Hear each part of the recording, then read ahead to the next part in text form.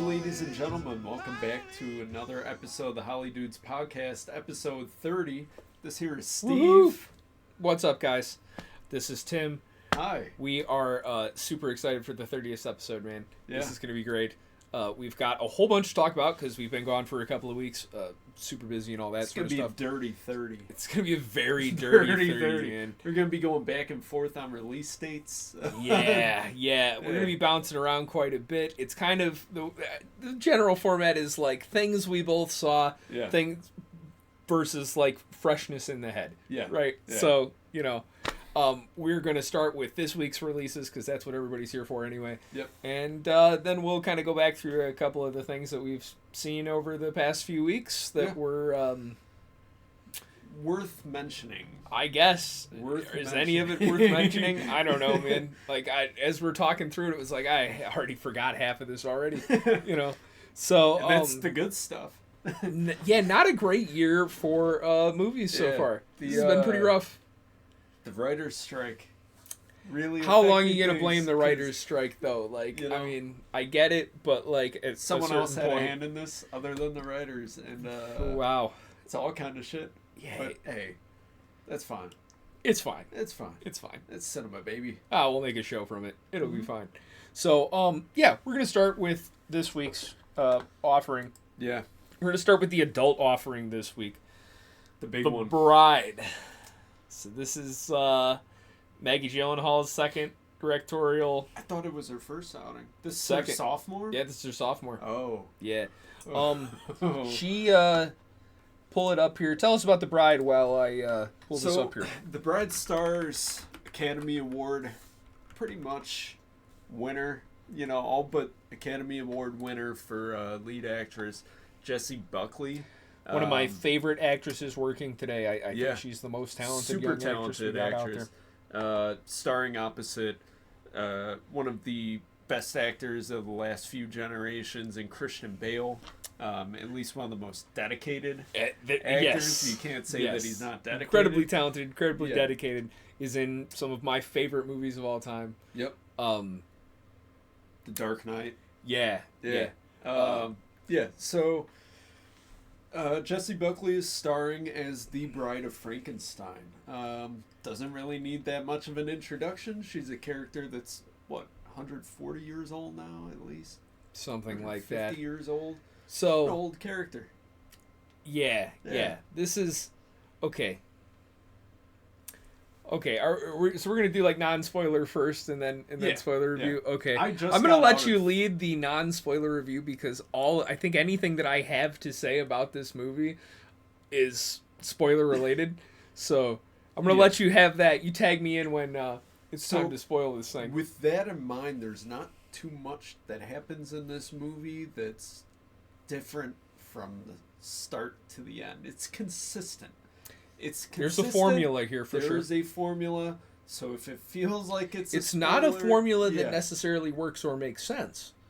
But it is a formula. But there is a formula. It is a formula. Yep. So, which I think is funny because reading reviews prior to seeing this, a lot of people were talking about, Maggie Gyllenhaal throwing all these different things out there, and it was like, maybe. But also, there's a definite pattern to how this movie goes. Yeah, this movie, if you like monologues, this is a movie for you. It's a lot of monologuing. This movie it opens with a monologue and just continues from there. Every scene is just a set piece for one character to have a monologue, and that's it. The rest of the characters just sort of stand by and watch. And then they move on to the next scene, and it changes to the other character monologues, and the other one just sits and listens. And this is at times reality itself is bent around these characters, and no one seems to bat an eye or really notice. But far and away the most convenient plot. Oh my gosh! Happenings in this movie. So, and things just be happening. Yeah. Sometimes it'd be like that, Yeah. That's kind of when I got to the end. I kind of did one of those, like, well, I guess things just happen. Like, I just happened to go see movies like this. Oh no. Yeah, that sounds like the most optimistic way to leave that movie, because I walked out saying something completely different. Something should not have happened. Yeah, one of those we've been watching this dog shit. What a movie. So, I think exposure yeah.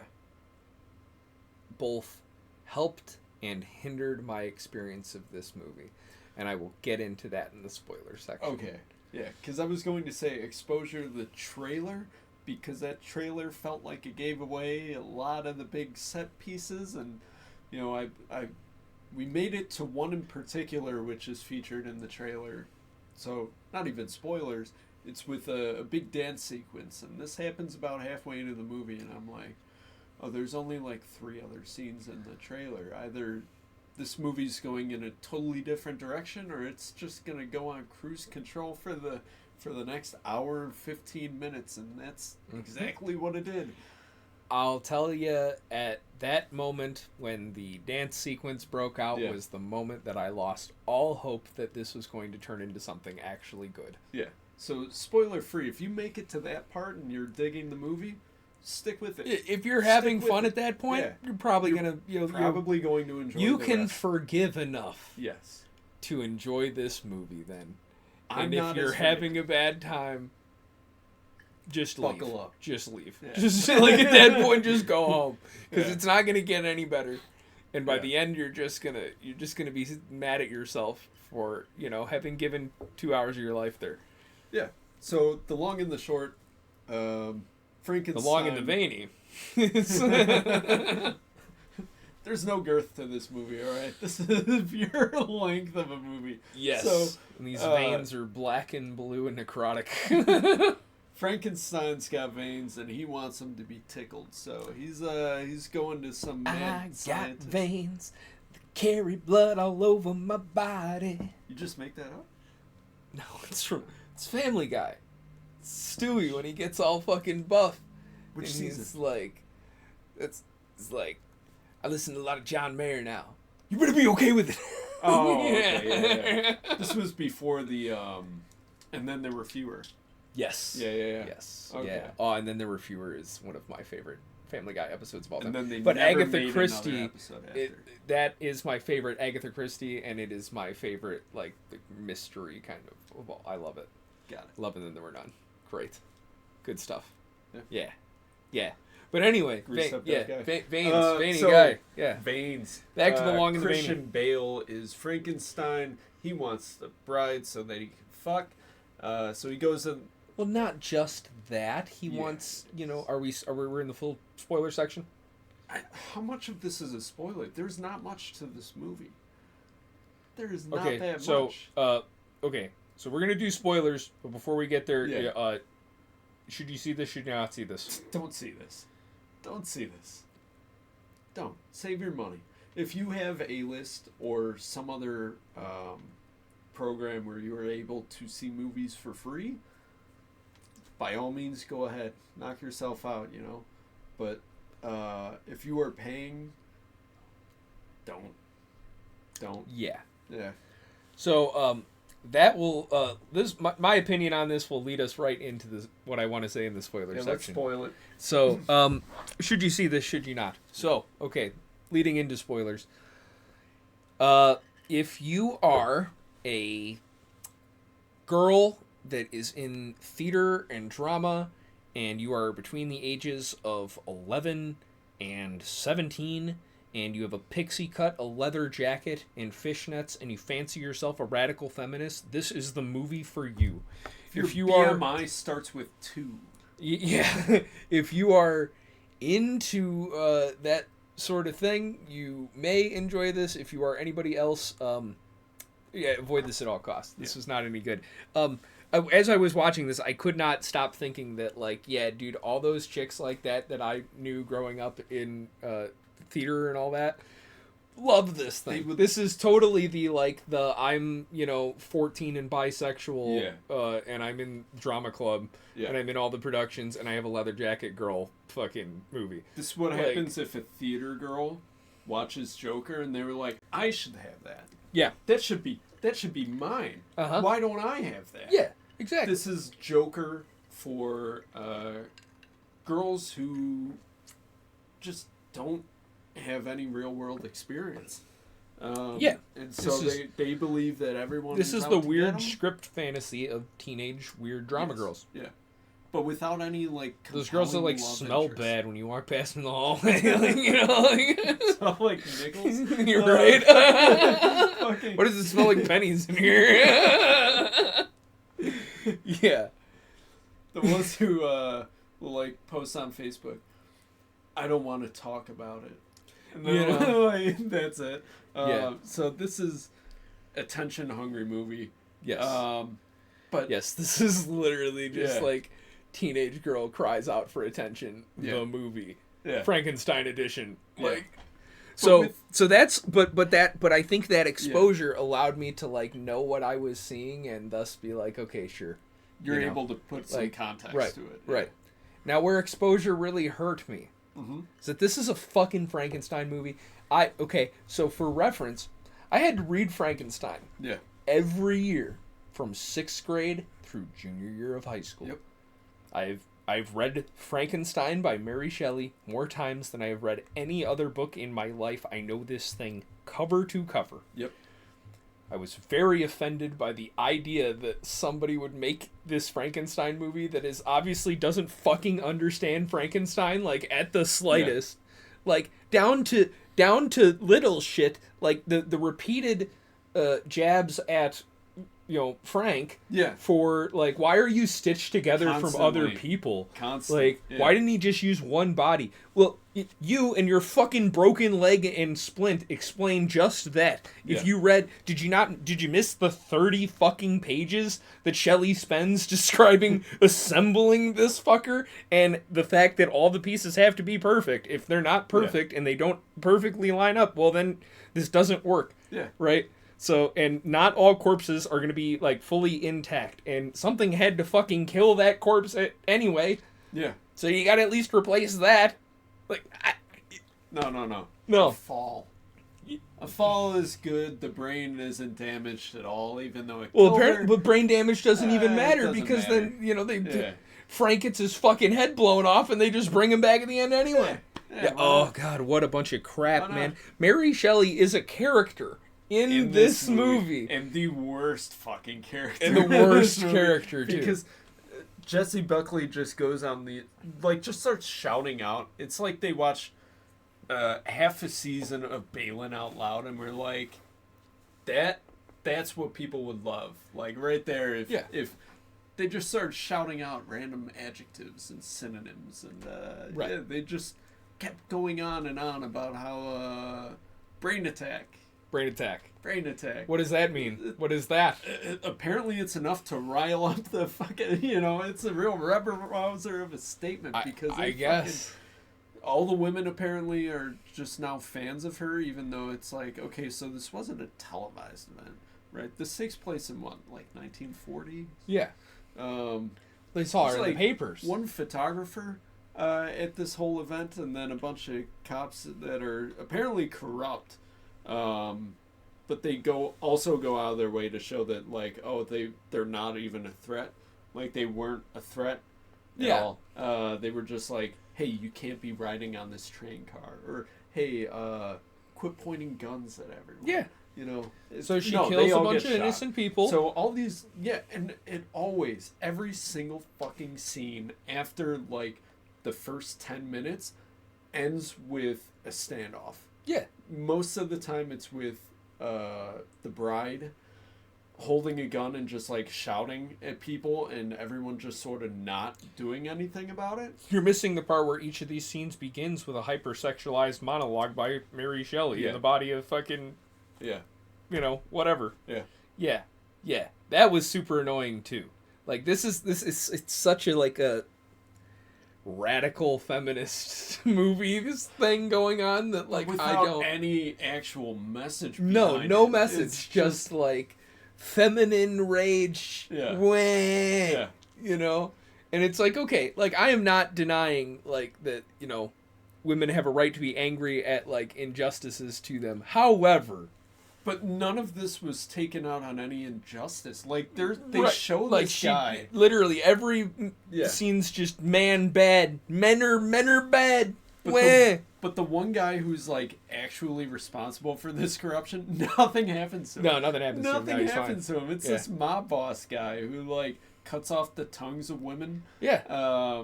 And he's only got 2 henchmen. Yeah. Later, 1 henchman, who somehow just like follows this detective undetected for literally hundreds of miles. Oh yeah.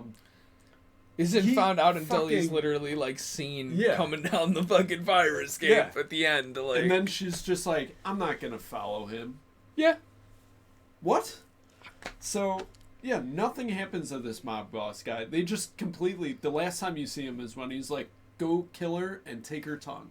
Yeah. That's it. You're thinking, like, oh, she's gonna fucking walk in the back now with the gun and monologue, and they're gonna dance, and then she's gonna realize that he was right. And, she's gonna kill the bartender for being there or some shit. Yeah. No, none of that happens. He kills the other henchman. He's like, go get her tongue.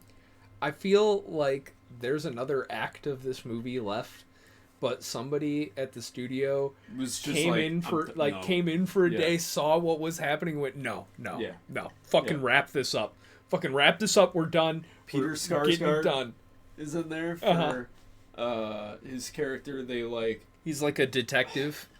but the thing with all these characters is like they have this thing that they're going through, and for some reason they just like refuse to tell anyone about it until it's too late. Yeah. And it's like, bro, you've been working alongside this other now detective for how long? For years, apparently. She's been helping you solve these cases, but she had no idea that you had a prior history with the bride before she died. Like, what? And then he's just like, yeah, I'm dying.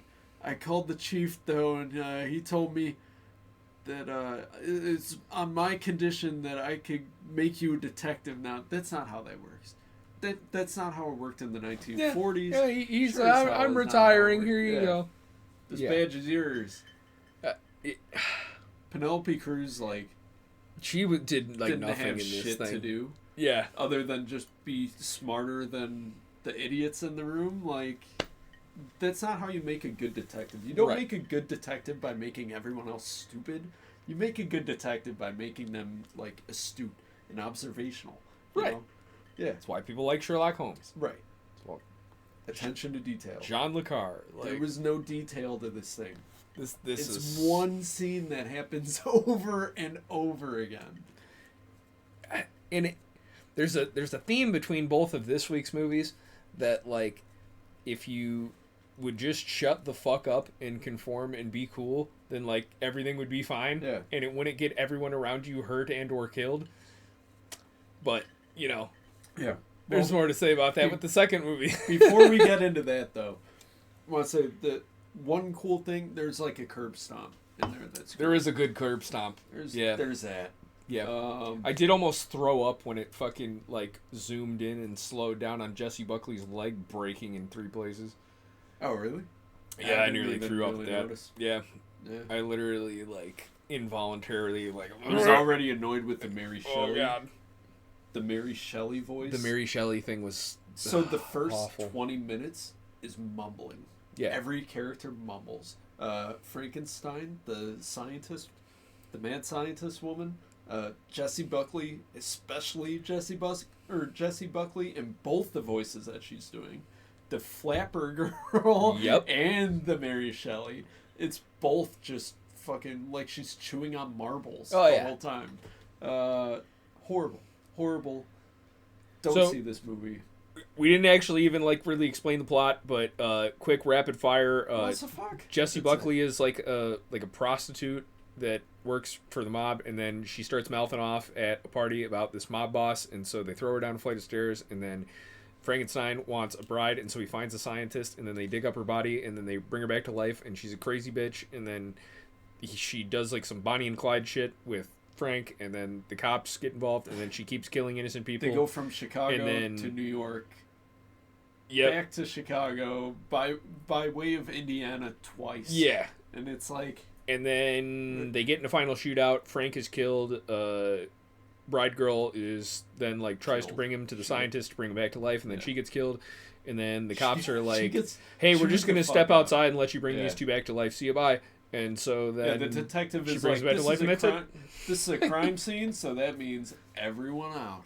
Yeah. And they're all just like, "Yes, ma'am," who hasn't shown any sort of official, like, no one knows who you are. You flashed a badge for half a second, and now we're all just like, well, she's us the boss, I guess. Leave, so we all gotta leave the building. Yeah. Even though I just spent about 600 rounds of ammunition. She got pieced up. Oh, yeah. She got turned into Swiss fucking cheese, man. But there's just no way you're just gonna flip a switch and she's back. Frankenstein got his whole brains blown out the other side of his head, and they just brought him back to life with some electricity. It's fine. Yeah. Yeah. He didn't understand Frankenstein. Like, they didn't get it. They just, like, electricity equal life. You know why he needed so many different parts? Because he's a man. You know? He's a man. I guess, yeah, because he's man, and no, women good, men bad. Brain Attack. Stupid fucking movie. It's a bad fucking movie. Can we take a quick break and then jump into the next one? Yeah, let's do it. Perfect. All right, and we're back. So now we're going to talk about this week's family-friendly release. Yeah. That I saw. Tim has not seen, but so this will be kind of relatively quick. There's a chance there is less violence in this one, right? No. No? There's actually quite a bit of violence in this thing, surprisingly, for a kid's movie. This was more Naza than, like, you know. Oh, okay. Finding Nemo. No, but... okay, so Hoppers. So this thing, I'm very curious to see what the box office numbers are this weekend.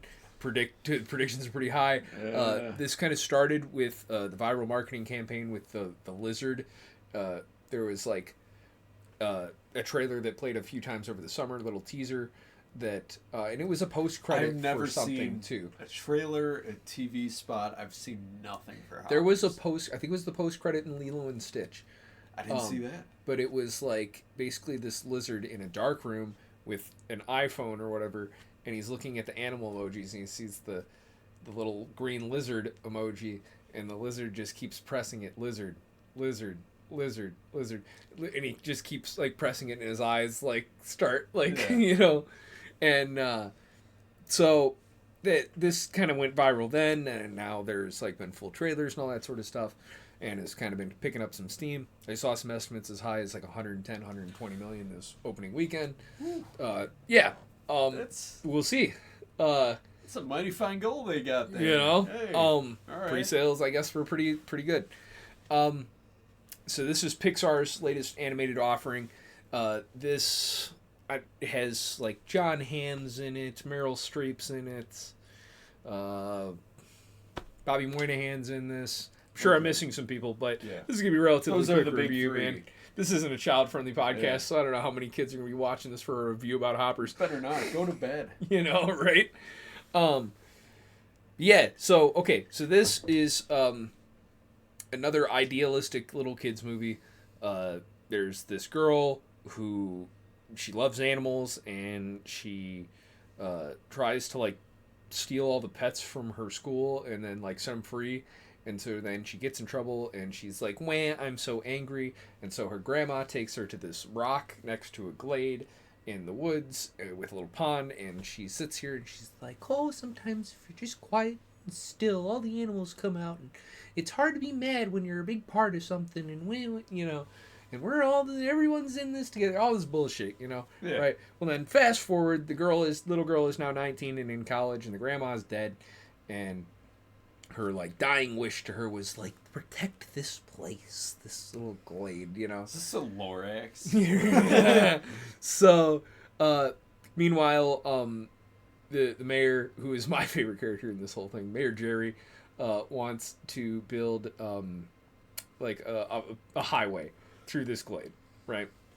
They've already built most of the highway. They literally just like need to like fill in this one little spot at this glade, and all the animals have gone away from this place. There's no animals around. Okay, you know, and the little girl is like trying to stop this. And there's actually really fun, like, I'm gonna spoil this thing anyway.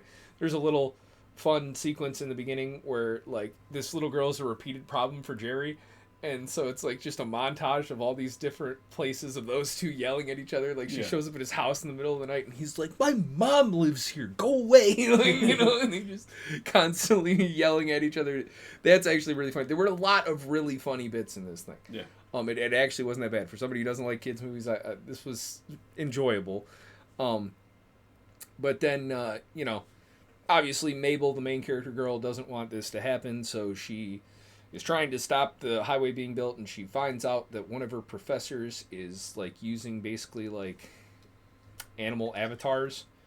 It's like robot animals, piloting basically piloting, like, you know, to go interact with nature.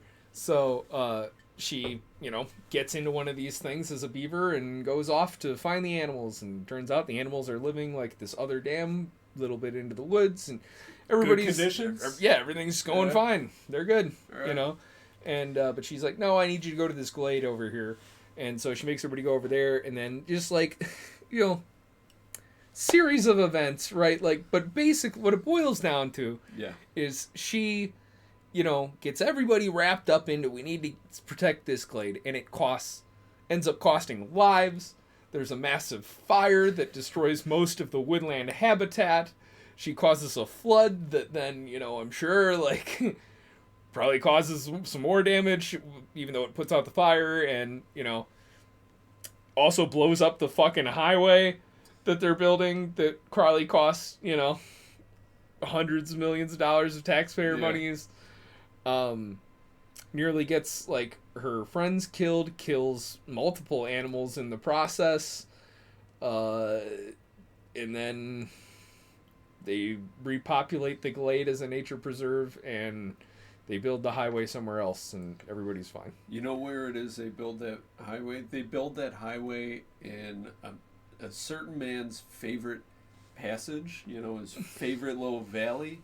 And that man is Ted Kaczynski, and that inspires him to start mailing bombs to executives working in universities and airlines. You know? And so there we have the Unabomber right there. Like, that's whole... literally, that's what got him going, was he was it like certainly through, and he's like, they built a highway through my favorite place on earth. This beautiful piece of land now has a road going right through destroyed the his piece.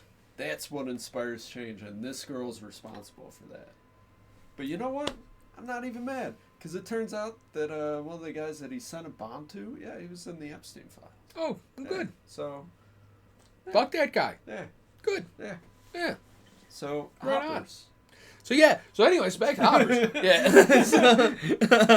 But I mean, okay, I mean, this is supposed to all be about, you know, protecting nature and woo-woo, but like, and this is a problem with, like, again, just a lot of things. And I'm watching this, and I'm like, you know, this is kind of endemic of, like, where we are. It's just not thinking on a macro level about collateral and about, like, whether or not, like, you pursuing your individualistic goals and desires, like, negatively affects the world and the people around you.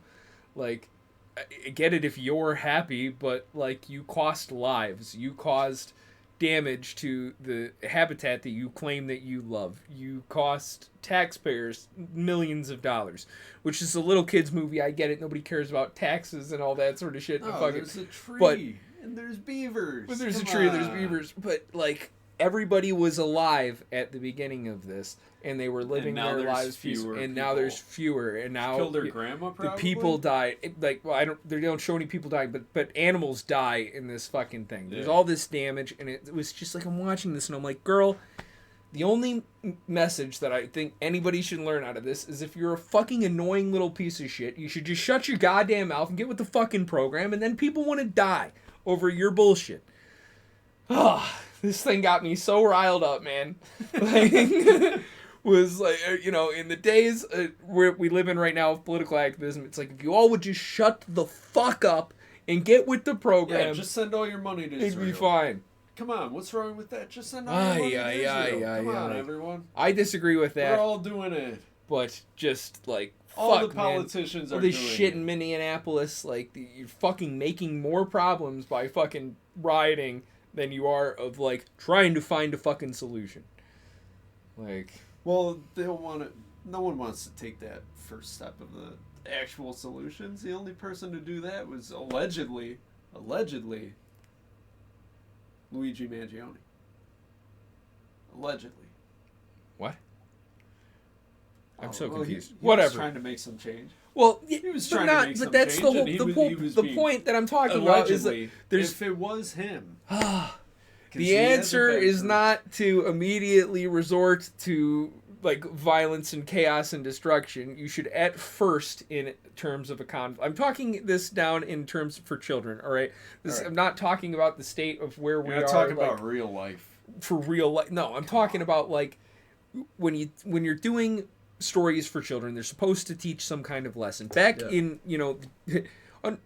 for a lot of human history, these were like cautionary tales that were supposed to teach kids some kind of valuable, pragmatic lesson, right? So I get that maybe what this movie wanted to say was that the way we should resolve our conflicts with each other is trying to work together to some kind of peaceful resolution, but that's not what it showed, and like so it's not really that like that didn't work for me. Did it show that no matter how altruistic your intentions are, there's still negative consequences? How everyone could want the same thing and it would still result in kind of a shit show?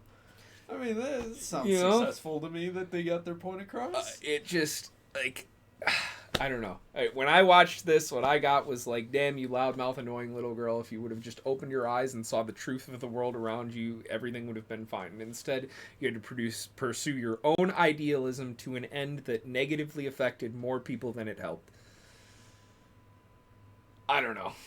Does the end justify the means? No. Yeah. No. Because everybody was fine already. Yeah. Like, they had already found a new habitat. Right.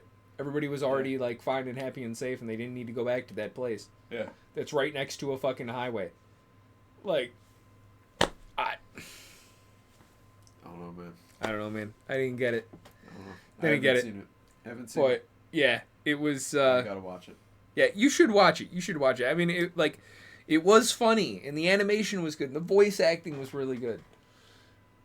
But like most kids' things these days, the lessons just don't work for me. I don't know. Yeah. I don't know, man. Maybe it's because you're not a kid. Maybe it's because I'm not a kid. Maybe it's because I shouldn't be a parent. I don't know, man. I don't know. I don't get it though. These kids can't read. They can't read. I can read. It's not even kids. I read real good.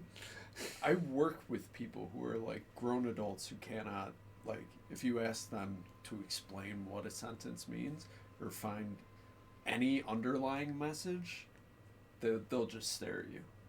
They won't even say anything. They'll just straight up stare.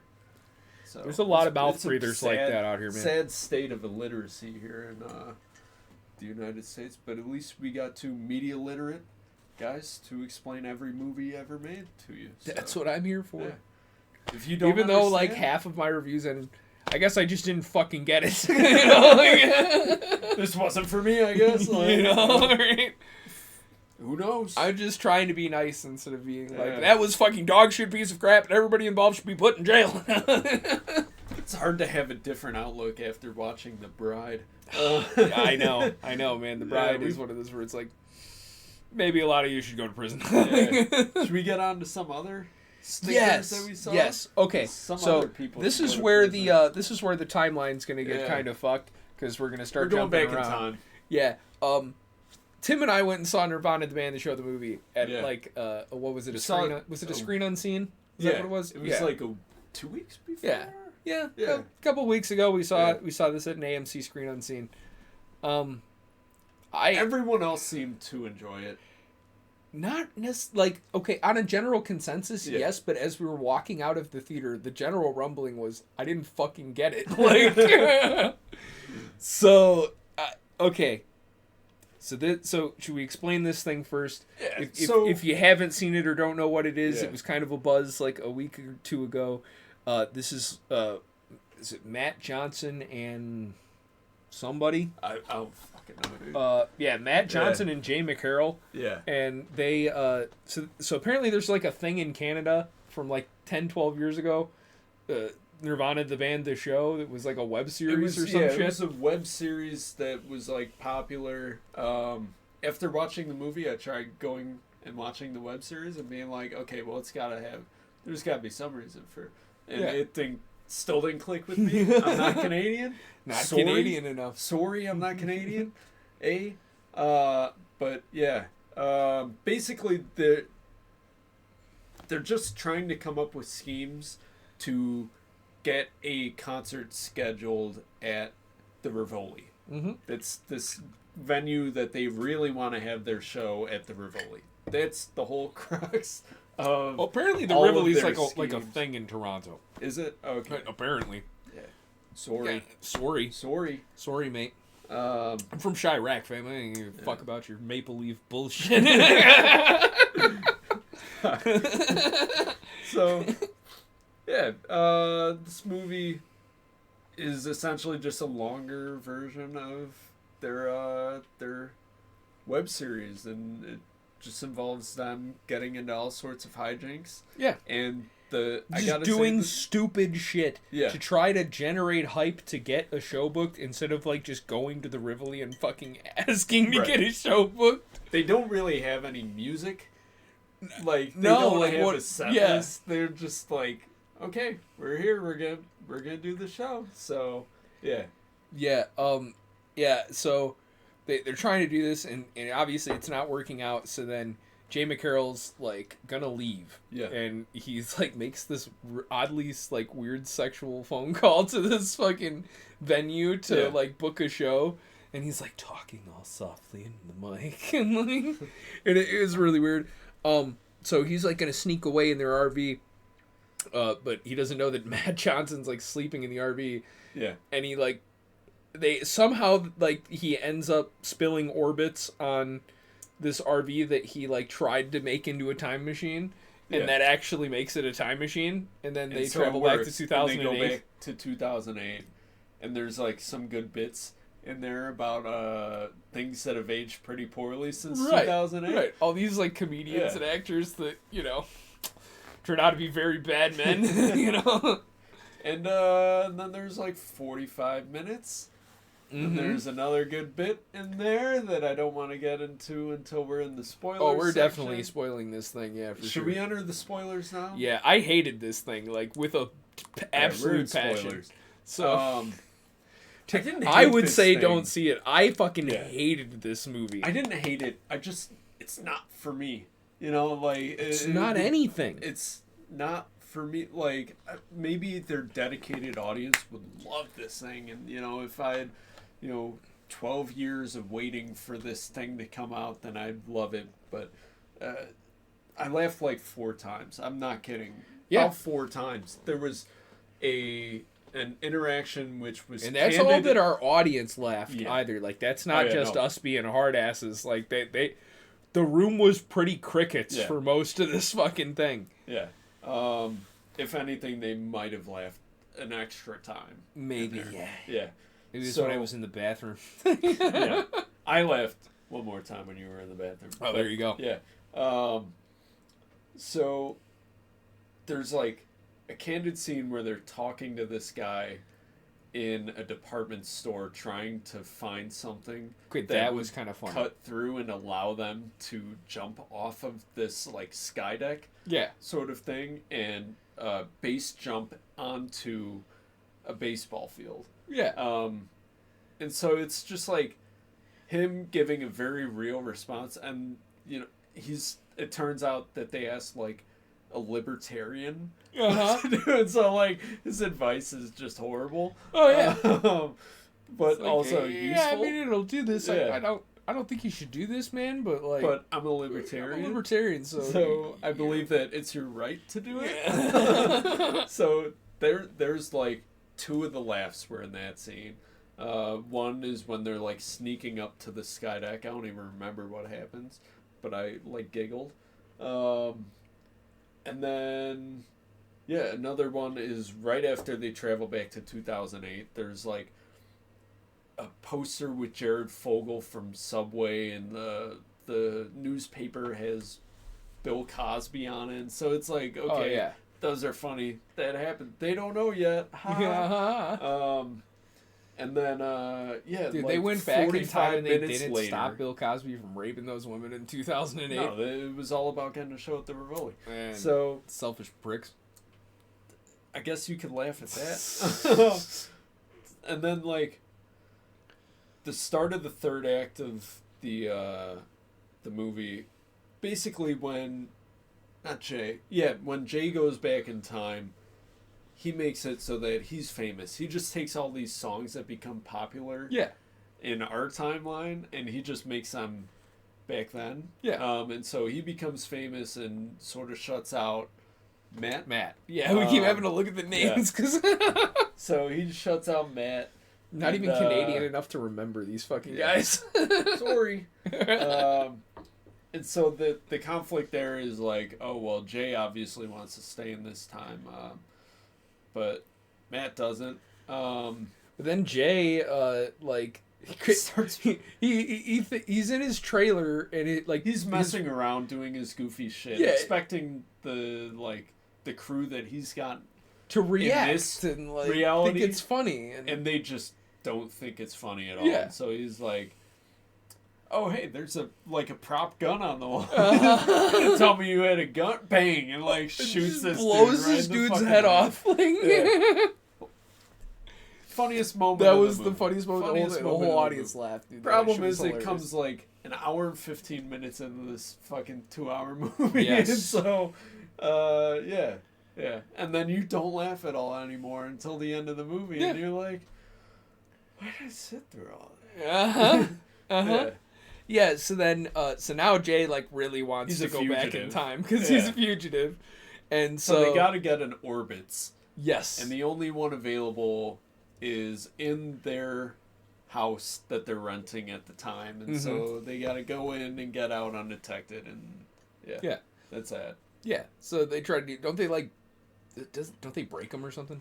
In something? Oh, fuck. I don't know. Anyway, somehow, some way, they get to all right, well, we're going to take a wire from the sky deck and attach it to the street. To the RV. And then we're going to, be able to do the time machine thing. Yeah. And it ends up being where Jay's in the RV. It's the end of the Back Matt's to the Future. Gonna sacrifice himself and hold the wire plugged in so that Jay can go back in time and fix everything.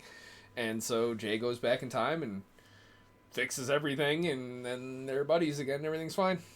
Ta-da, movie's over. Back where we started. Yep. We never laughed again. Yeah. Four times. So I hated this movie. I thought it was awful. I'm not Canadian enough. Our audience was not Canadian enough. People online seem to love this. It's a really mixed bag. That's the crazy thing, because I got home and I'm like, all right, it's let not me see crazy. what people are saying. It's not crazy, and everyone's it's all best politically movie I've motivated. Seen in 3 years, best movie of the last whatever, and I'm like, because it's from Canada. What? It's Canadian, so we they don't want them anymore. All right, I know we were talking about making them the 51st state, but Tim, haven't you figured it out by now that 90% of the movie media outlets are all liberal based, and so they're all going to do whatever would make, not America look better? Well, not Angel Studios, but the problem with that is... Well, no, I'm talking about the people who review movies. RogerEbert.com is a mess anymore, because it's just... Well, he died, so he's just... Yeah, now it's Brian Tellerico and his ilk, and it's just a train wreck.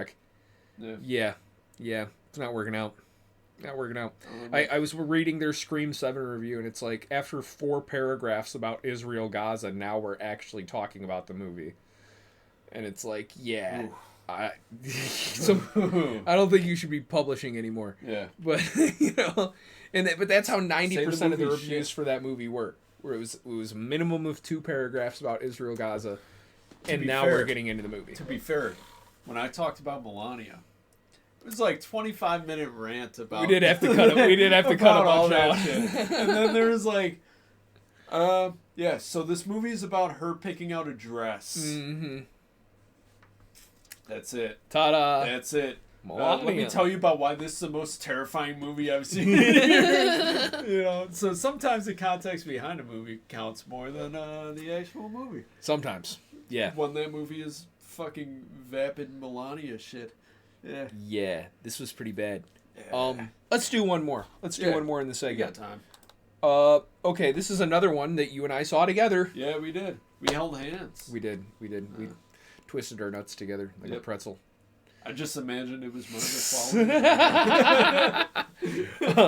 Qualley.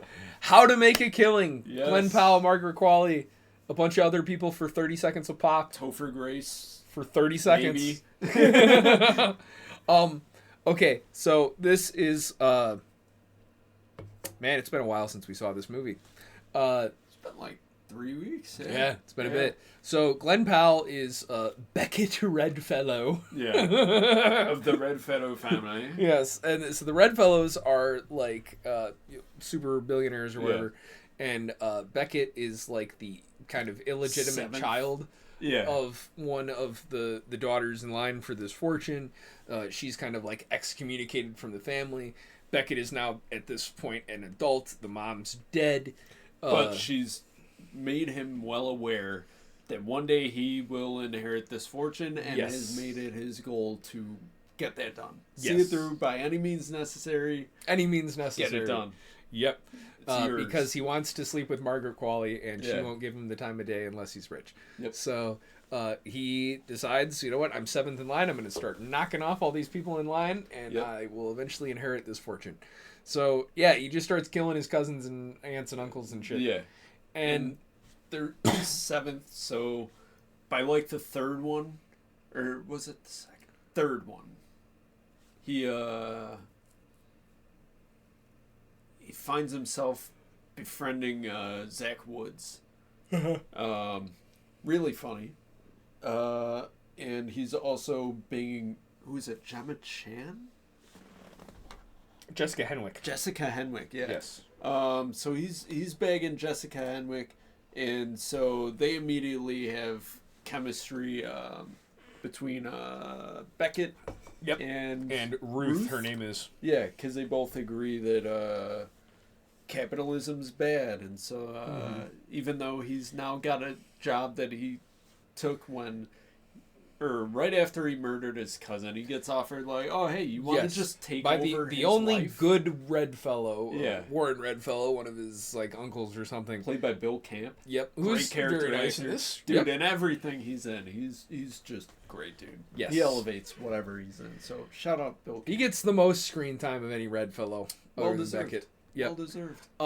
So as he's like knocking out all these family members, like these are all people that you see in the trailer, the Topher Grace and Bianca Amato and like Zach Woods. Like you see all these people in the trailer, like, ooh, yeah, there's a cast in this thing for 30 seconds a pop. Yeah, they're in that one scene where they get killed. And that's it.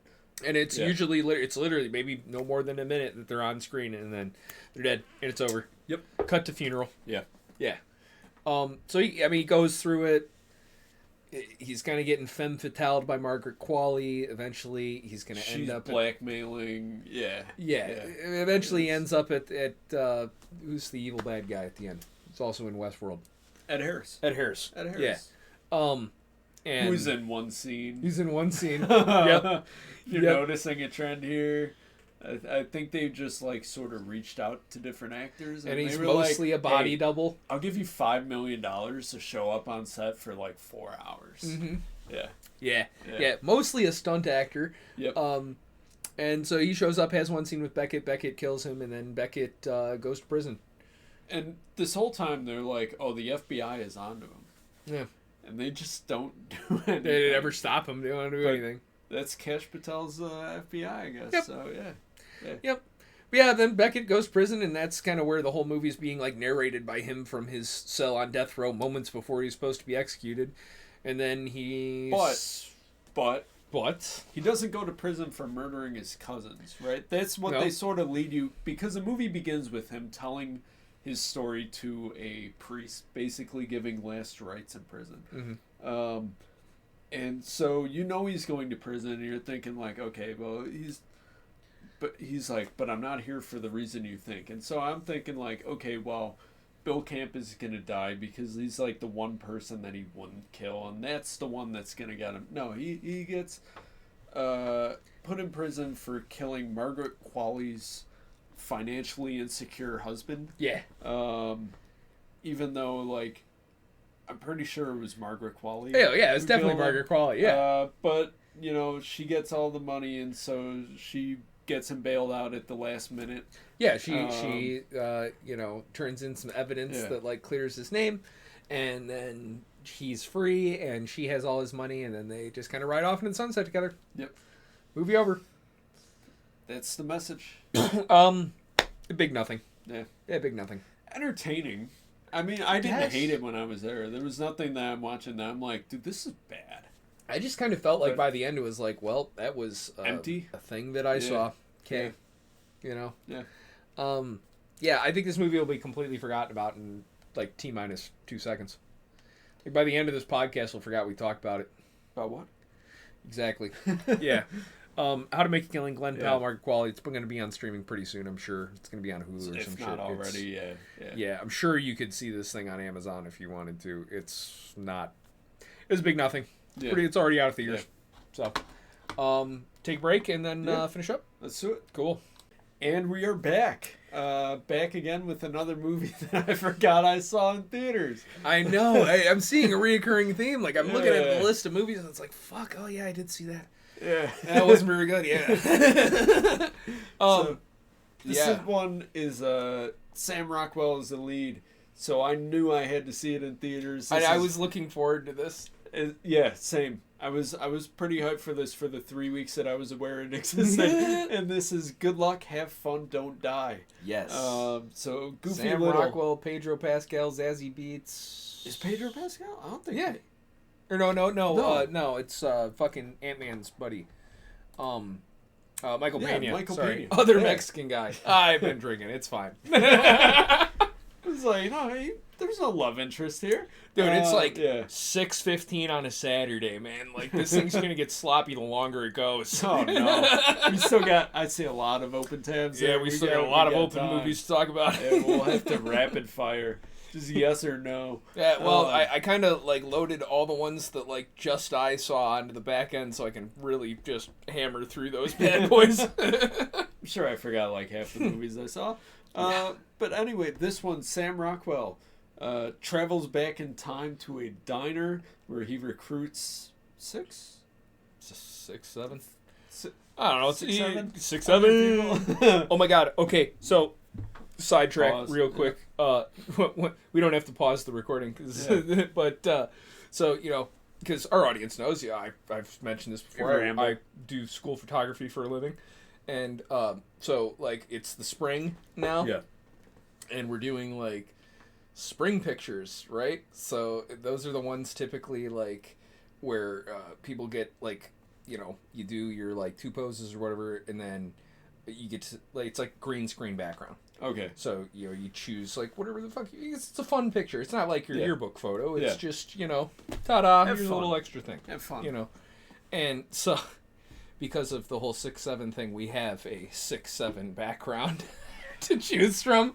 And so, I did a couple of these in the past couple weeks, and these kids get so excited, though, for the 6-7 background. Like, it's so stupid, but... So dumb. Hey, man... They love it, and we there's like some little side bets maybe going on about what percentage of spring orders are gonna be 6-7.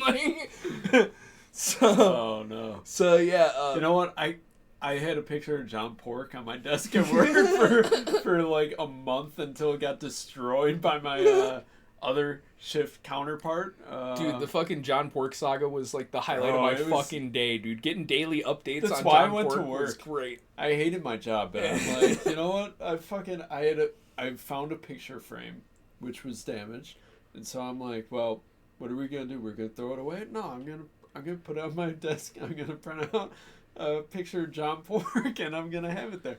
Well, I quickly learned that the person on first shift, I worked second shift. The person on first shift hates John Pork. And so I would come in every day and it would be face down, and I'm like, man, fuck that. I'm putting up more pictures of John Pork. And so like I started putting more and more just goofy brain rot images, and eventually I quit. And so then I kept I just put it back to the regular picture of John Pork, and yeah, that picture frame got smashed and thrown in the garbage. I'm like, bro, come on, like, grow the fuck up. And as I'm saying that, I'm like, yeah, I got pictures of John Pork, but at the same time, you know, don't touch other people's stuff. Don't touch other people's stuff, exactly. If you don't like it, don't look at it. Well, you don't like all my like pictures of your fucking kids. I gotta look at that for 10 hours a day. You don't see me destroying that. Like, see? Bro, look at John Pork, man. Come on, look at John Pork. He's calling you. Answer. Oh my god. Yeah, dude, that whole saga. And then after that got destroyed, I found a bunch of these empty pizza boxes. And so I'm like, oh, you know what? I'm printing out another picture of John, and I'm putting him in this empty pizza box, and I'm leaving these pizza boxes on the desk. And the next day I came in, they were all in the trash. I'm like, all right, yeah, good. I hope that stung. I hope your fat ass wanted that pizza. It's not happening. You got John Pork, bitch. You got John Pork, bitch. You've been porked. Oh my god. Fucking guy. I don't work there anymore. That's why I can say all this. Yeah. See, it's fine. It's fine. Yeah. Yeah, so back to have fun, good luck, don't die. Yeah. So, travels back in time, goes and finds 6-7 recruits to apparently this is like, go and like save the the world. 15th time he's done this or some Yeah. shit. Yeah. So he's done this a bunch of different combinations, and this is the time that he's going, and this is the one combination. This is gonna get it right, and they go and like immediately, like 2 people die. Oh yeah. Immediately. So yeah, off to a good start. This movie tries doing a lot. Yes. It really tries to do a lot, and most of it works on its own, but together as a package, I feel like it was trying to do too much. Yeah, I mean, it comments a lot on AI. It comments on like the some of the weird like social dynamics of today. Different generations with school safety. Yep. And I'm like, if it had tackled like 2 fewer of these topics, it's even got horror's #1 theme in it: grief. Yeah. Yeah. You know, it does a lot of cool stuff. It does some fantasy, does some sci-fi, does like some comedy. Character studies, some comedy, some drama. You know, some action movie stuff. Like, it does a little bit of everything. None of it and is, then towards the necessarily end, nailed. Just doesn't really hold any weight. Yeah. We could get into spoilers, right? This movie is like, when did it come out? Oh, a few weeks ago, February 13th. Yeah, that's almost a month ago. Yeah, it's already pretty much out of theaters. It's not probably showing on VOD in a week. Yeah. I without like before we get into spoilers, like this one, like I would actually, of the things that we've talked about so far, would say like, hey, maybe try this. Yeah. So far, you know. Yeah, sure, worth a watch. Like if it's not for you, you would know 30 minutes into the movie whether or not you're going to enjoy it. If you don't like this 30 minutes in, like, you don't have to stick through it, like, because it's not, you're not gonna like it by the end. But it, you know, if weird, offbeat, like, you know, throwing a bunch of crazy things at the wall, like trying new ideas, if that's your thing, this might be a lot of fun. It's Sam Rockwell, dude. It's Sam Rockwell. It's Sam Gore Rockwell. Verbinski directing. I mean, like, it's interesting. I can't say that it's not interesting. Yeah. It definitely, like, you know, while it does feel overly long, and I will get to why that, there's a very clear reason why that is that I'll talk about in spoilers. Talk about that third act? No, this I think starts from the pretty, like, beginning. Oh, no shit. That I think what really, like, killed this movie for me. That might work for some other people, but I think the pacing gets so harshly affected at times with the way that this movie is structured. But I do think that, like, hey, if you're looking for something to watch and this thing's like available on streaming and you want to watch something relatively new of the fucking things that we've talked about so far in this episode, this is not bad. You know, you could do worse with your time for new movies, absolutely. Yeah. Certainly better than what's at the theater right now. Unless you're a child, then you should go see Hoppers, because Hoppers was fun. There's one other thing. It's not in theaters anymore, but I'll get to it later. Yeah. I already missed the window. Sorry, guys. Before we hop into spoilers, I like this. I would recommend this thing just to check it out again, like maybe don't pay money for it, because then you can bail if you don't like this in 30 minutes. Yeah. 3, 2, 1, spoilers? Spoilers. Okay, so my big problem with the pacing of this movie, and then I'll let you get into your thoughts here. Like, okay, so the way this works, the structure of this movie is like, okay, we're doing the main plot. Yep. And then we're slamming on the brakes. And we're cutting over to these people's lives before the main. Yes, so I got like 7 people here, so then we slam on the brakes and we go see, okay, this is Julie's background. And it's all like self-contained in that. Yes. And so it feels like you're watching like 6 different movies in one, and that's kind of annoying because it's like, okay, so their journey's already over. Yeah. By the time like this main plot takes place, so why am I watching the Have plot? you seen... If they're not going to resolve their issues during the end, like they already resolved their issues and now they're just along for this guy's ride, right. Like I don't need that. Have you seen The Watchmen? The series? The movie.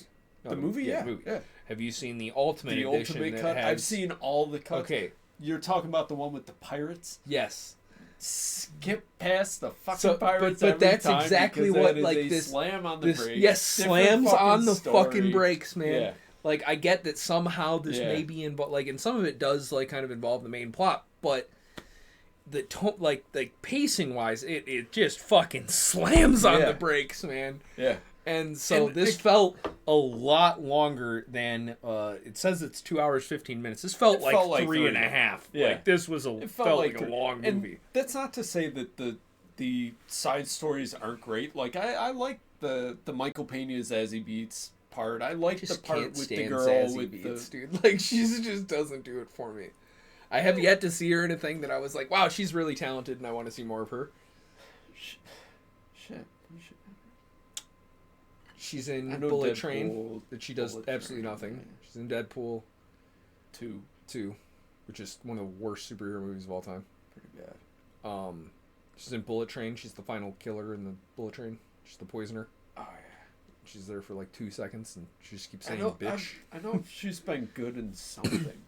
She's in. I just don't remember what. Isn't she in the Joker? Yeah, that's what it is. She was fine in the 3 minutes that she was in Joker. Yeah, she's there for 3 minutes doing nothing. Yeah. Literally doing nothing. Mm-hmm. Yeah, I felt like this movie as a whole just doesn't work because it's trying to do too much. And by the time the third act comes around and they're doing this giant battle part, I'm like, all right, get on with it. Yeah. Like, come on, dude. This is the 3rd time you've like battled this AI super kid. Yeah. And you can't go from a commentary on school shootings and disassociation and grief to, oh, look, a 30-foot tall cat that's AI vomiting cat rainbows. thing. Yeah. Ha ha ha.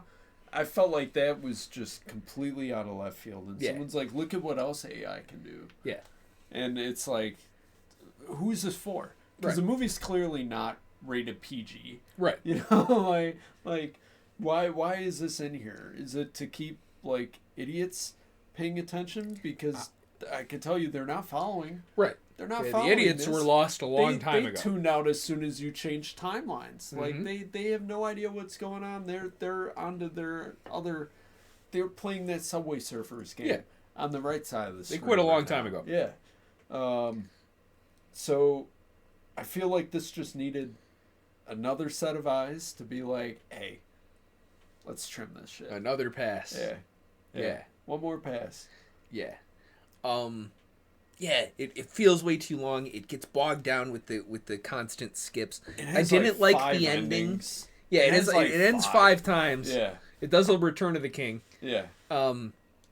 It just the ending didn't do it for me either. Yeah. Like, okay, great. So we accomplished like nothing. Okay, whatever. Try again. Am I supposed to feel like, oh no, the world is gonna? Because right now I don't care that the world is. I care that the movie is going to end. Right. I feel like 3 hours long. I get the message. Yeah. AI bad. This might all be coming to an end, but it's probably too fucking late, man. Yeah. You know. And so what do we want to do about it? Giant cats. That's what we're gonna do about it. I guess. Yeah. Whatever. Yeah. All that being said, probably one of the better. All that being said, there was a lot Yeah. of funny moments. I laughed a lot during this thing. Some of it looks pretty good. The cat thing is funny. It comes out of left field, but it's kind of funny. It's funny that it has a giant horse cock. Like, that shit was hilarious. All right. You know. But I mean, you know, it was fine. Whatever. Like, check it out. If you like it, great. If you don't, whatever. Yeah. You know, it's one of those. Next movie. This is a thing that you watched. Okay, tell me about this. Yeah, so this is one of the best movies that I've seen recently. This is The Secret Agent. So this is a Brazilian film starring Wagner Moura. Right now it's getting all of Is this in Portuguese or? Yeah, Portuguese. Okay. A little bit in German. There's like 4 words in English. Okay. So I knew most of the movie. Was able to follow along. So I speak a little bit of Portuguese, a little bit of German. Some English. You're a Porch goose. Yeah. Portuguese. So, yeah. How much of this movie do you know? I don't know anything about you this. You're haven't the first seen any person marketing? to mention this thing to me. I don't want to spoil too much about this movie, so I'm not going to get into spoilers. Good. We could use a quickie in this fucking... yeah. You know? Yeah. Fast break. Go see this movie, man. This movie feels like a throwback. It feels like a What are we throwing back to? It's a slow burn. What? It's a slow burn political thriller, sort of. Okay. Crime drama, almost. You know, you're watching this for the performances, not for the action pieces. Don't expect action pieces. Just saying, The Secret Agent, you're expecting some James Bond. Hey, Tinker Tailor Soldier Spy is in my top 5, so it's okay. From what I've never made it through that movie. I've started you know it how like many people 5 have different told me times, that? but Like, I always started at like 3:00, and then I'm like, I'm going to bed. and you can't, like, you gotta be like, this I is gotta one where you dedicate need a time. cup of coffee, you know? I've seen and you sipping your coffee while you watch this. from the reviews that I've seen, everyone's like, "Oh, this feels like Tinker Tailor Soldier Spy." Good. So, to me, that's what I would say. Well, then I can't wait to check it out. I fucking love this is John slow Le Carre. burn, but man, by the end, you're like, "Oh, it's good." Tinker Tailor Soldier Spy is one of my all-time favorites. Like, you know how many times I've sat around and like, I could always make a video on Tinker Tailor Soldier Spy. Like, maybe one day I'll do that because I've read most of John Le Carre's works. I'm working my way through them, like, kind of, you know, when I have time. Yeah. And I Tinker Tailor Soldier Spy is one of my all-time favorite movies. It's like I love it. I gotta watch it. I love it. It's so like, it's like Tenet. It's a puzzle. Yeah. You know, and a lot of that comes from the way that they translated the story into. I'll literally get like you know, 10 minutes. When you read the and book, just it's be a lot like, easier to follow. Yeah. Well, watching the movie is harder to follow than the book, but I like the way they do the movie because it almost obscures the mystery enough to keep it going. Okay. You know, whereas the book is pretty straightforward. The book you're able to kind of figure it out as you're going along, whereas the movie really obscures things to the point where the final like reveal is almost like a fucking, you know, like a Poirot or something where it's like, oh, it was that guy. What do you mean it was that guy? And then okay. Yeah, and then you put it all together like, oh yeah, it was that guy. Okay, you know. And it has just a couple of my favorite scenes in movies. Like, I love the torture scenes in that are so like. Everyone loves a good terrifying, but there's no like physical torture going on. Like he's like audio torturing this guy, and you're just hearing like what the guy being tortured is hearing. Okay. And seeing like him in the room that like none of the thing about this situation is threatening except for like the condition that he's in and what he's hearing, and it's like it's horrifying, man. It's like I feel like oh god, imagining being him like in this situation, probably awful, you know, like, and then like the ending is so like you know, that something that like the ending of the movie is almost nearly just kind of passed by in the book. It's like kind of a passing event mentioned by another character, whereas then in the movie it's like shown, and it's I don't want to So spoil. good. I don't want to spoil. Yeah, don't spoil it. Don't spoil it. I'm gonna check this out. But there's yeah. Did you have to see this at the theater, or is this? No, so I watched somewhere? it. Yeah, I watched it VOD. Okay. Because it was a very limited release over here. So, and there were probably like 5 theaters nationwide playing this. I don't live close enough to one of them to make that journey on a movie that I hadn't seen anything about, other than it's nominated for Best Picture, and now I feel like clearly it's gotta be this one. Like, yeah. Of all the nominations I saw, it cannot go to One Battle After Another. That movie's trash, dude. Trash. It cannot go to Marty Supreme. That movie is fucking trash. Hamnet is good for the performances. What was our movie? What was my movie of the year last year? Bring Her Back. No, that was your movie of the year. It was yours. No. Yeah, you agreed. No. You said, all right, fine, Bring Her Back. No, I can't even remember what I said was the best movie of the year last year. Oh, fucking Magazine Dreams. Yeah, it was a really good movie. Yeah. Did not get a single wink of attention. Well, no, it wasn't. Which it wasn't going is to. Just a tragedy because, like, the dude was convicted of assault. Like, is Jonathan Majors a bad dude? Yeah, but that doesn't mean you can't give the director a fucking award. Right. This dude, put forth one of the best performances I've seen in a long time. Like, you can't not recognize that. Right. As an Academy, this was literally the best performance I saw. That and Ben Foster as Christie's husband. Yeah. Like, those were the 2 best performances I saw last year. And neither of them got any fucking attention. No. How Ben Foster didn't get at least a supporting actor nod as Jim Miller? Fucking Jim Martin. Or Jim Martin, yeah. Dude, that's the biggest snub of the fucking... no one saw that. I understand fucking Jonathan Majors not getting any attention just because of the whole thing. Like, do I agree with it? No. But do I understand that? But, like, you didn't fucking, like, what Ben did he do? Like, he didn't do anything. He hasn't beaten any women this year. Like, that we know of? Right. Yeah. Right. Come on. Man, we're going to get roasted because it's going to turn to find out Ben Foster's been accused by the of time sexual I'm out assault of here, by, it's like, 57 women. He committed the most atrocious crimes in history. It's it's a serial still really good murderer. as Jim Martin. That makes sense. Yeah. That's what he was probably just doing that for the research of the role, He wanted to be a big piece of shit. It worked. Dude, for the love of the game, it worked. That's the biggest crime of fucking 2026, dude. Fuck the Epstein files. It's fucking Ben Foster not getting nominated. Yeah, what's the Justice Department doing about that? Dude, for real. Just as much as they're doing about Epstein, they're not doing shit about that. Nothing. I haven't seen any guillotines. Nothing. What are we doing? Nope, we're not. Still Nothing's tying gonna happen. That noose? Come on. Nothing's gonna happen. No. Too much money involved. Yeah. Yeah. So but you liked The Secret Agent? Yeah. Loved it. Yeah. Hell yeah. Loved it. I forgot about another movie that I liked. Not a new release. Palm Springs. I haven't seen that. Have you seen it? Okay. It's got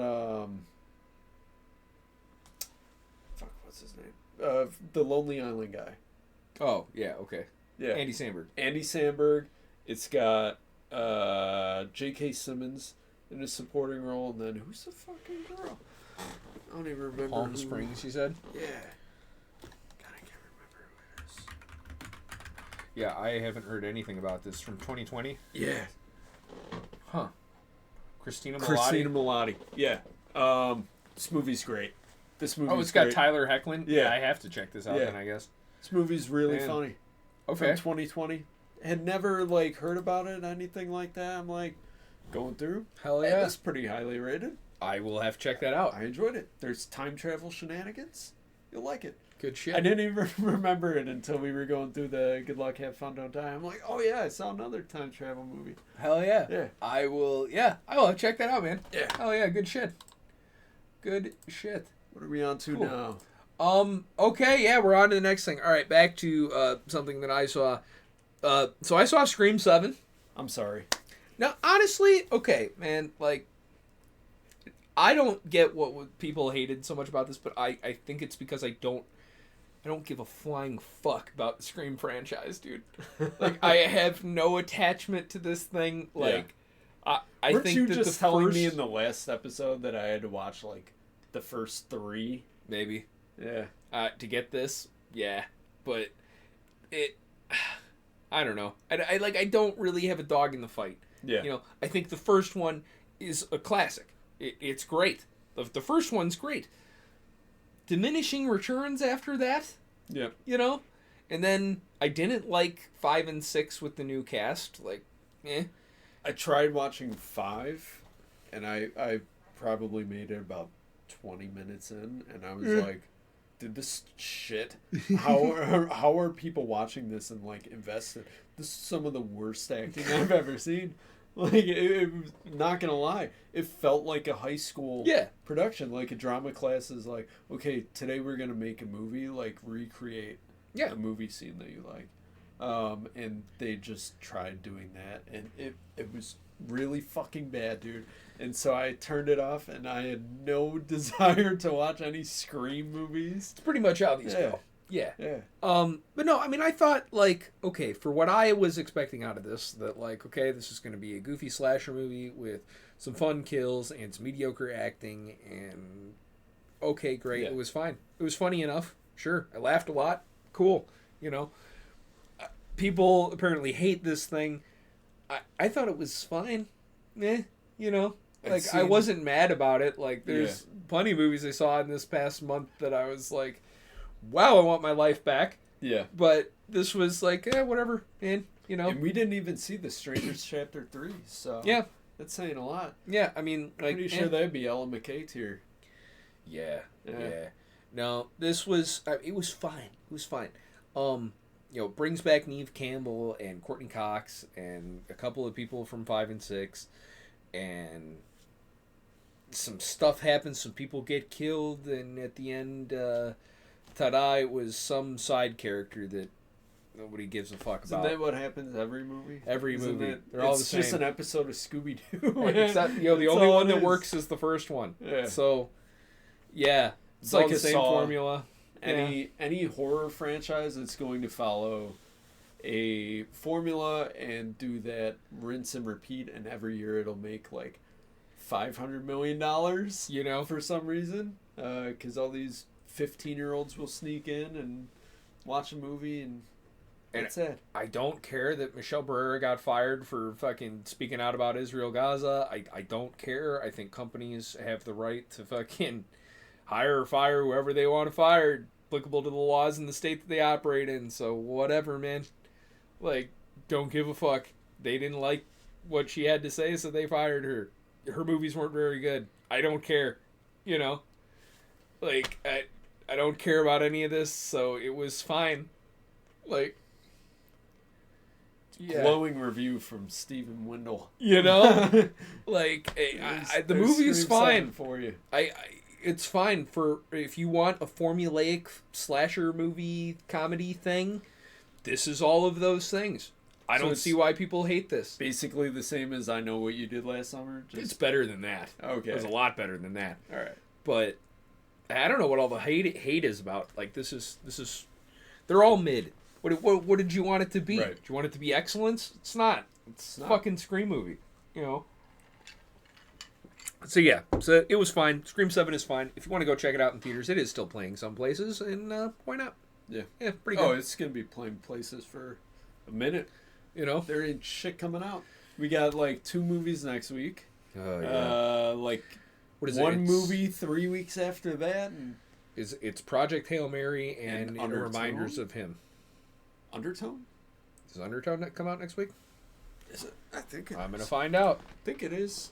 When does Undertone come out? March 13th. So yeah, that is next week. Yeah. So there's 3 movies next week. 3 movies next week. Reminders of Him. Who's gonna? Or no, is Project Hail Mary the 20th? No, I think it's Project Hail Mary. When does this come out? March 20th. March 20th. All right. Okay. So yeah. Damn. So next week is Slim Pickens. Slim Pickens, man. Reminders of Him and Undertone. So I'm gonna see reminders of him. I'm gonna see Undertone. You're not gonna see I Undertone? guess we'll fucking come together. No, absolutely not. Oh, come on. Oh, man. hell no. Come on. Yeah, just the trailers is enough for me. I'm like, Yeah. oh, that's a Tim movie for sure. Yeah, he'll Are love you that. seeing Passenger? No, probably not. Probably not. What about Scary Movie? Absolutely, dude. I'm so Yeah. hyped. I'm I so feel hyped like for the the new most Scary annoying movie. people are all like hyped about that, and I'm like, are you I think the most forgetting annoying last, people like, are mad 4 about it. Like, See, but everyone says that, and I haven't seen anyone mad about this movie. no, one's not a like, real person, just a bunch of fucking articles on the internet. well, that's not real people. Right.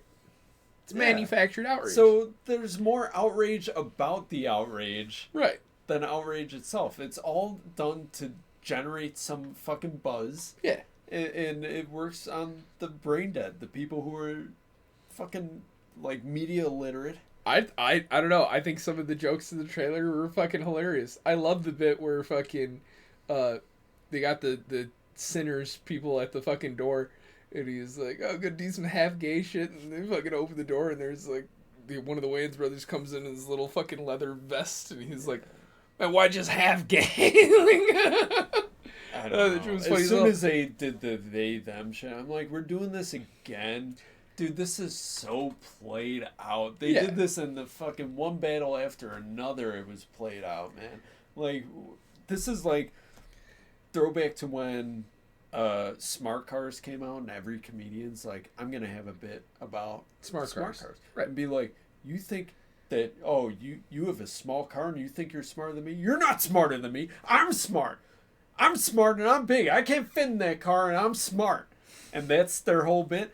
Like, recently we also had fucking baristas in Starbucks. I don't want a venti frappe cappuccino. I just want a black coffee, damn it. And I'm going to make a straw man argument against a barista, even though in real life they can't really do anything because they're getting paid to just fucking agree with me anyway. Mm-hmm. So I'm going to make a straw man about it, and I'm going to be right. It's Ricky Gervais shit. Pisses me off, man. Pissed me off when I saw that. I'm upset about I liked it when he hosted the Oscars, though. But all he does is just generate straw men. And it's like, you're not actually... It's like, not no one necessarily thinks a you're straw fucking... man if you're fucking making fun of celebrities getting up there and bullshitting about fucking social justice. That's not. But I mean, like... But that's the only thing I like that like, Ricky Gervais has done. So, yeah. like, you know... But being like, oh, like I said, the fucking smart car shit, and it's like, dude, this isn't a real fucking argument anyone would have. Like, this is your shower argument. Yeah. You generate this so that you can win in the shower and be right about something, and that's that.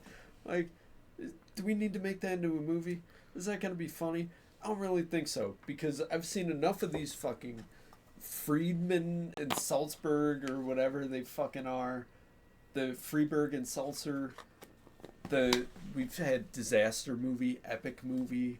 Oh, yeah, I get what you're saying. We've seen that where they have the same, what's it called? The Michael Jackson-esque Willy Wonka in each of them, and it's like, this wasn't even funny. Like, it released like 2 years after the movie came out. The jokes stopped being funny when the trailer came out 3 years ago. Like, what are we doing? I don't know, man. I just want to go to a movie and fucking laugh, all right? God damn it, Tim. I just want to have a fucking good time. I just want to hear a fucking joke, all right, that I didn't say. I just want to hear something funny. No. I won't allow it. God damn it. No. I just want a joke. I can't agree with any of the morals coming out of these Hollywood studios, so I just need a fucking funny movie. Why do you have to ruin this for me, Tim? I'm ruining this? Yeah. Why do you always have to talk down on my ideas? You know, no, I'm gonna be a wife for a second for you here, all right? Why are you always gonna talk down on my ideas, Tim? Why are you always gonna make me feel bad? You know? Kitchen. You make me feel so small, Tim. The fucking kitchen. Why am I hungry? Where's my dinner? It is 6:46. Where's my dinner? Oh man. That's why I'm not married. Well, you know, I just had to vent for a second. This podcast is doing a lot today, man. Oh, yeah, dude. We're doing Yeah. the Lord's work today, man. This is why we needed a couple weeks break, maybe, so we would have all this great material. Blood pressure can go back down. Oh, man. No, see, we have to record something next week. One, because all my people are going out of town, so I will have nothing else You to got nothing else to do? do. No Two, football? like, I'm sure we're going to have lots to bitch about. At least I'm going to probably have lots of bitch about, and maybe you will have something that you really like. Maybe. Like, I feel hope. like you will end up liking this movie. It seems like it's something that you might enjoy. Now I'm getting scared. I am going to fucking hate this to the Yeah. absolute core of my being, and so you guys might get two very interesting versions of a review next week. I'm trying to think, what's the last movie that I saw in theaters that I enjoyed? And it's like, oh, Christie. I didn't see it in theaters. That's the last thing I saw in theater theaters that I enjoyed. That you enjoyed. Wow. Probably Christie. I did see one. It's a while ago. It might be the next one. Click that next tab. Yeah. So Scream 7, yeah. like I said, if you're into Scream, you're probably going to hate this. If you're not into Scream and you just want to go see a fun, funny slasher movie, go check it out and you'll have a great time. Cool. Maybe. Cold Yeah, Storage. This one Yeah. that I enjoyed. This the last movie I enjoyed in theaters was Cold Storage. So this is Joe Keery starring as a man working in a cold storage facility overnight, and there's some sort of alien bacteria virus thing going goop. around that's Yes. fucking shit up. Oh, yeah. Liam Neeson. I've heard is, this thing is like pretty gory. Yeah. Good. Yeah, it's good. I mean, it's cheap effects, but Yeah. it's a cheaply made movie, so yeah, it's Hell yeah. entertaining as hell though. Is this kind of like a black comedy thing? Yeah. Okay. So I closest got big I've like seen, Shaun of the Dead, Black Yeah. Sheep vibes from this Yeah. thing. I'd say it's closer to like Slither Okay. almost. Yeah, Is Slither the one with the toothy? Oh no, that's teeth. teeth. Isn't it? Yeah, Yeah. Never That's- mind. I always get that mixed up. I don't know Yeah. why I always get those mixed up. Gender entitlement. Yeah. Yeah. That's a fucked up movie. Jesus Christ. Yeah. Yeah. Yeah. No, Anyway. this one I don't have too much to say about it because I forgot most of it. Oh my god. But I know forgot it, that but I know had- it was enjoyable. I know I had a good time in theaters. You know, it was one of those movies that I hadn't seen any trailer or anything. I just went in blind and had a good time. Cool. Yeah. So Tim liked a movie but doesn't remember anything about it. No. Excellent. Yeah. Well, it's good but forgettable. I guess would be the review from You got Tim for time to Cold kill? Storage. Go see Cold Storage. Yeah, if it's shown in a theater or otherwise, I'm sure it's on early I release. think on it's Prime. already out of theaters. Yeah. Oh yeah, you can get it on Apple for $20. It says here. Yeah. So yeah, check it I'd out. say it's worth 20. You know what's not worth $20? Wuthering Heights. Wuthering Heights. Oh no. Yeah, dude. Okay. Oh no. Wuthering Heights. We'll do this one, and then actually, I think this is the start of my rapid fire round. Yes, it is. Okay, so so the next three things, the last things we need to talk about here are all things that just I saw. So we'll try to make these relatively quick for the audience. Wuthering Heights, man. Okay, so I am not a fan of Emily Bronte. Like none of this does anything for me. You know, is it Emily Bronte that does Wuthering Heights? I think. Is it? What? No, it's Margot Robbie. No, who wrote? Yeah, story about it's Emily Bronte. Yeah, see, as you can tell, it's not really my genre, Right not over. really my thing, you know. But it's Margot Robbie. Yeah. Which we got like no boobs in this thing. It was very disappointing. You know. That's sad. Yeah. There's Yeah. more boobs in The Bride? There's more boobs than the bride. Wow. Yeah. The It's flat just chest one of blurry Jesse Buckley. nipple. Yeah, right. One out of focus One nipple. blurry makeup covered Yeah. nipple. Excellent. There you go. Yeah. So this was so fucking stupid. I did think that The costume cinematography- design, yeah. cinematography, color grading, Looked good in the chef's trailer. kiss. Yes, like a lot of that was great. Like the shots in this thing were really cool. Other than that, this is a hot piece of fucking dog shit, dude. Oh, like, no. okay, so it doesn't really follow the book, which I haven't read the book. I don't care. I'm not a feminist. I'm not interested.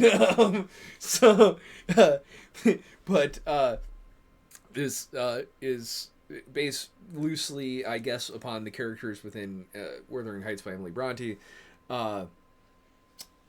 Margot Robbie is like the daughter of some like kind of poor landowner type ish guy who's just like a drunk, and he brings home this kid one day, and she's like, "You're going to be my pet, and I'm going to love you forever." And that kid grows up to Jacob Elordi, and she grows up to Margot Robbie, and then they are like fucking, and then he like goes away because she's gonna marry some like wealthy guy to save their family. To save the family. Estate. And then Jacob Elordi disappears. He's his character Heathcliff, and then Heathcliff comes back and buys her family house, and then he keeps fucking her, and then she like gets pregnant, and then she dies of fucking sepsis, and the movie ends. Ta-da! It's certainly a story. It was a story. Yeah, It's a it story. means nothing. It was a bunch of crap. Yeah. It felt very Nosferatu in parts. Yeah. Yeah, it's a bunch of crap. Rapid fire review. Bunch of crap. Nobody liked it. I didn't really like it. Not very good. Not much of a bodice ripper. Yeah. It's just a lot of making out. You know. They were trying to say it was all shocking in BDSM, but it's like it's really not. Like, Jacob Elordi marries the sister of the guy that Margot Robbie marries, and then he like puts a collar on her. That's BDSM. Crazy. She walks People on in all the fours 60s would have been collar. having fucking seizures outside this theater. Yeah, Emerald Fennel is this was a big miss on this. I really enjoyed Promising Young Woman, but this is junk. Promising Young Woman's good. Okay. That one's actually really good. Yeah. It is everything that it's like cracked up to be. This is not. This is crap. Yeah. This is a big miss. So yeah, Wuthering Heights. Skip that. Crime 101. Crime 101 I saw as part of a double feature with Good Luck, Have Fun, Don't Die. So we were originally, there was an early access screening of this at the same time as Nirvana, the band, the show, the movie. Yes. And we were like debating on what do we do because they're playing at the same time. And we were like, let's go to the screen unseen. For great things. See what it is. We already know what it's going to be. Yeah. You know, it's been on the internet for a day, and everyone loves this movie. It's been at this festival, and they played it, and they loved it, and then we fucking hated it. We hated it. It we sucked. were like, man, we should have seen Crime 101. So, what do you think about Crime 101? Man, this is the blandest noir robbery thriller thing I've ever seen. Oh no. This is like the definition of a milquetoast movie. Like,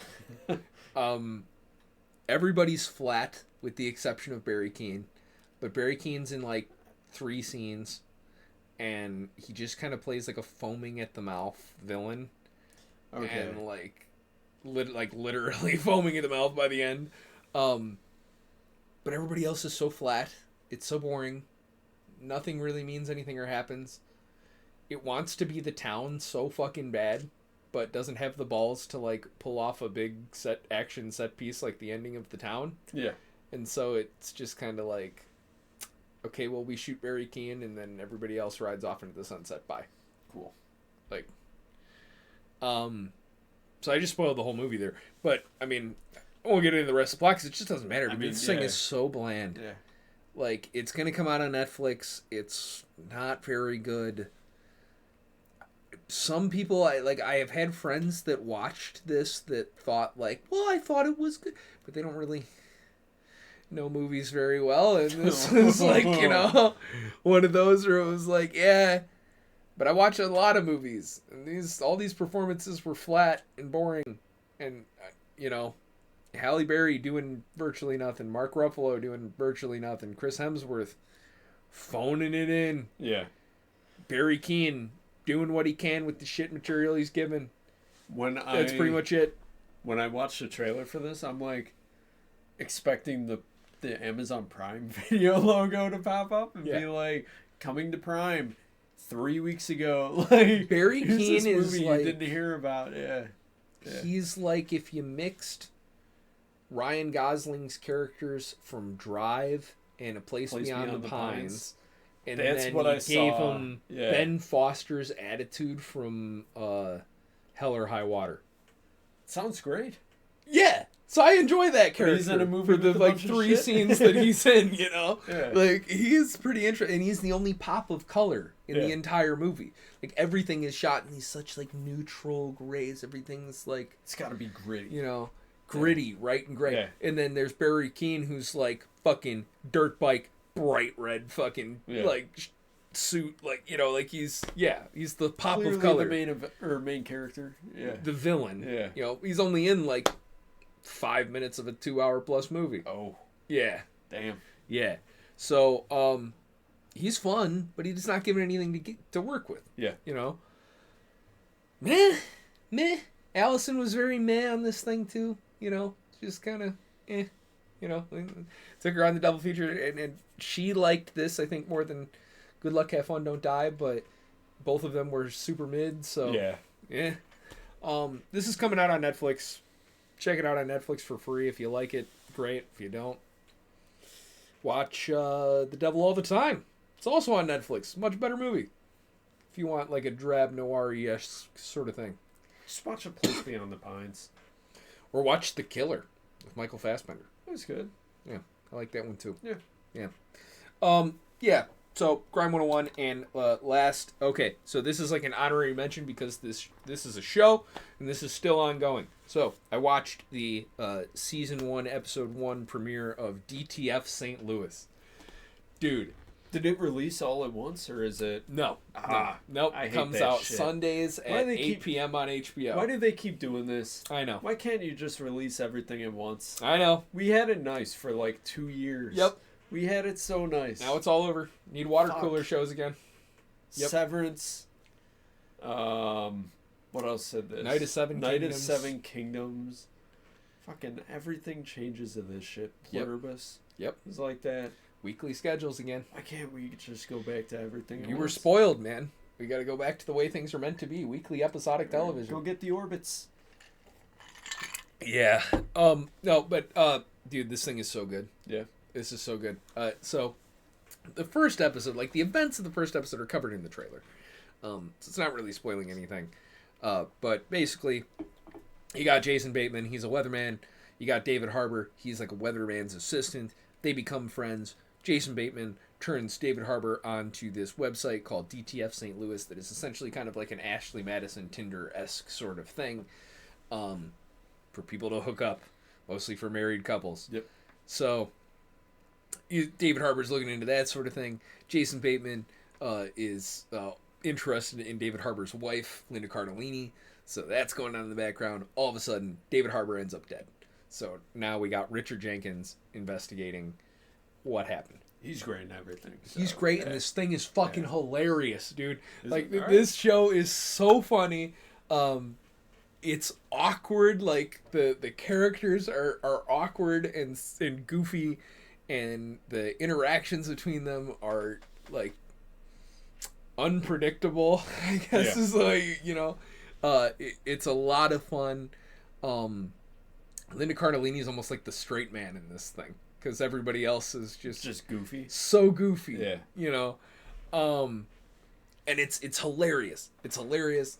You know, nothing outside of what's really, what I just mentioned, what's in the trailers, happens in that first episode. But the hour we spend getting there is fucking hysterical. Yeah. Totally recommend it. Episode 1 is out right now. Episode 2 comes out 8 p.m. Central Time on HBO.